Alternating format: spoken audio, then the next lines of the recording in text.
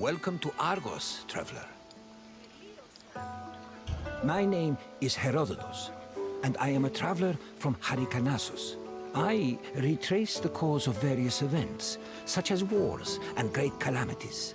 I describe what I see and record what I'm told, all with the aim of providing a better understanding of why these things occur. Look for me to introduce you to many sites. I have always admired the dedication of Greek metalworkers. Without them, we would not have the inspiring monuments that stir the hearts of Greek citizens everywhere. This is Argos, one of the oldest cities in Greece.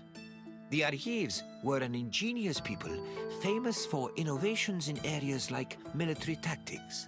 However, what they were most renowned for was their metallurgic artistry, especially with bronze. I hope you enjoy yourself. Look for me at the end of your visit.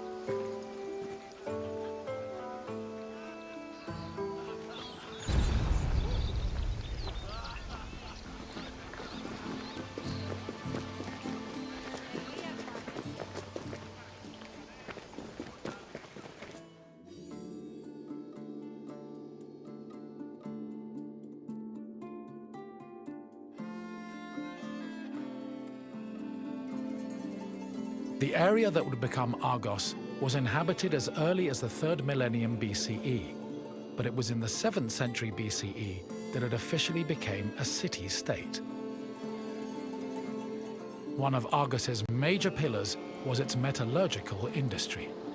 As far back as the 8th century BCE, the city was famed for making products like long dress pins and tripod cauldrons, as well as impeccable body armor. In addition to their technical excellence, the Argives were also creative, as seen in their masterful bronze sculpting, which became prominent in the city during the 6th and 5th century BCE.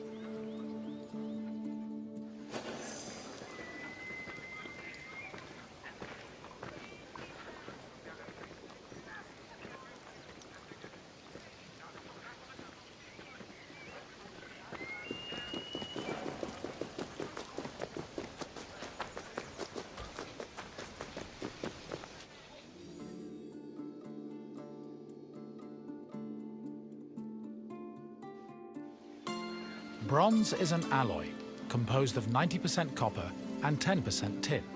Because of this, copper and tin needed to be smelted and combined to create the material needed for sculpting. After the bronze alloy was formed, it was melted in special furnaces. They required a tremendous amount of fuel and were usually supplied with charcoal made from specific types of wood. It's possible they were also coated with a protective lining of clay, which would have been sensible given the melting point of bronze is approximately 950 degrees Celsius. Once the bronze was melted and collected, the furnaces were dismantled and dumped.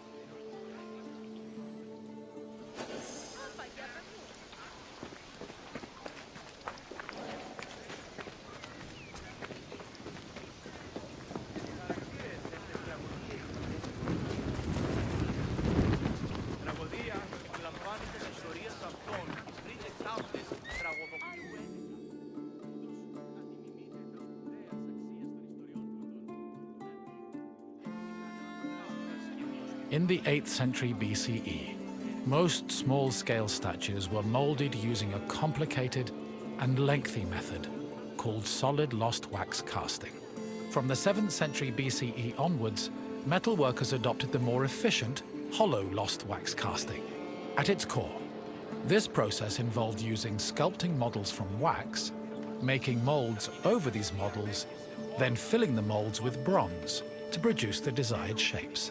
The process was advantageous because it saved on materials, produced lighter statues, and reduced the chance of possible defects.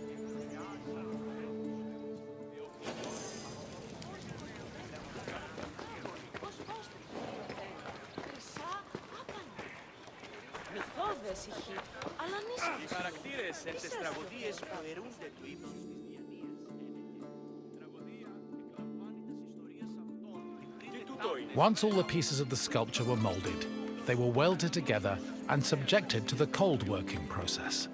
This process involved repairing the sculpture's flaws by filling any holes and cracks with specifically measured bronze patches. Afterwards, the sculpture was scraped, chiseled, and polished until it was deemed satisfactory. Decorative details like hair, eyebrows, and mustaches were added with the use of a sharp tool. Eyes, which could be inset with ivory, glass, or silver, were attached to their sockets using a resinous kind of glue. Teeth and fingernails were inlaid with silver, and lips and nipples with copper. These small touches added color and contributed to the sculpture's lifelike appearance.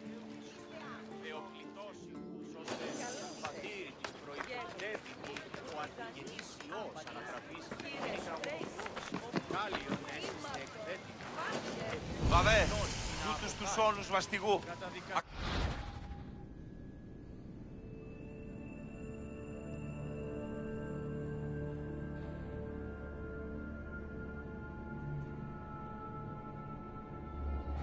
Τραγωδία διευθύνει τους νέους και ούτε Ουέ, μη ποιήσεις με εκτός ομιλήν. αποφέρεται το πυρί του ατόμου όταν Τον πρώτης χείρας.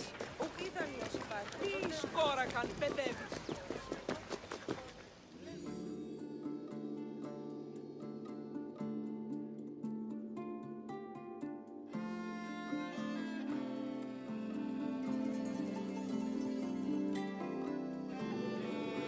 Bronze sculptures have a long and varied history in Greece.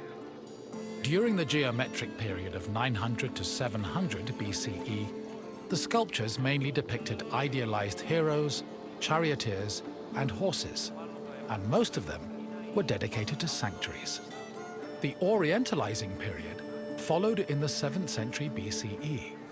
During this time, Greeks began adopting sculpting techniques from the East, and the depicted statues expanded to include mythological creatures like griffins and sphinxes. The Archaic period saw statues that reflected a better understanding of human anatomy, which eventually culminated in the realistic and powerful human sculptures of the Hellenistic period.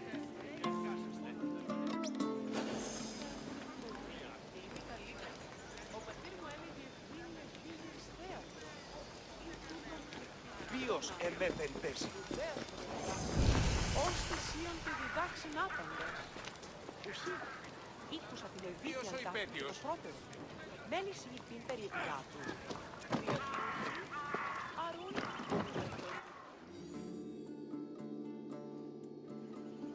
Argos was the home of Polykleitos, one of the most famous sculptors in ancient Greece. His works, like the Doryphorus and Diadomenos, as well as his treatise on sculpting called the Canon, had a massive impact on the art as a whole, particularly in regards to ideal body proportions. Sadly, the original versions of Polykleitos' sculptures have been lost, along with most bronze statues from antiquity. As time went on, many bronze statues were melted down to be recycled in things like weapons, ammunition, and even church bells. Because of this, marble copies from the Roman period are our best evidence of the masterpieces of Greek sculpture. Πάυσε, συλλέγω.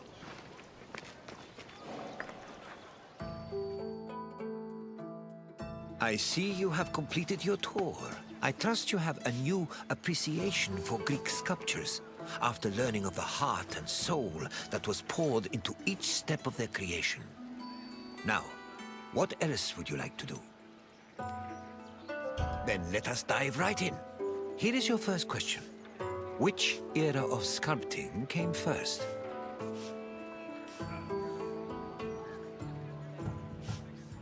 The classical period lasted from 480 to 323 BCE, making it relatively new in the grand scheme of things. But please, try another answer. Correct.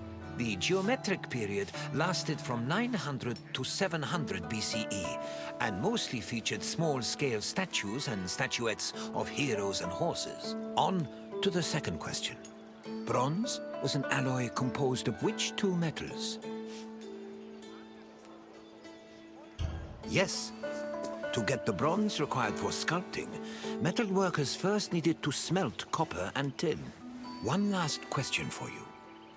Which renowned sculptor was a native of Argos? Yes, Polykleitos was based in Argos and had an enormous impact on the art of sculpting. You've done well, traveler. Your knowledge of metalwork is astounding. And so, your quest for knowledge continues. Follow me.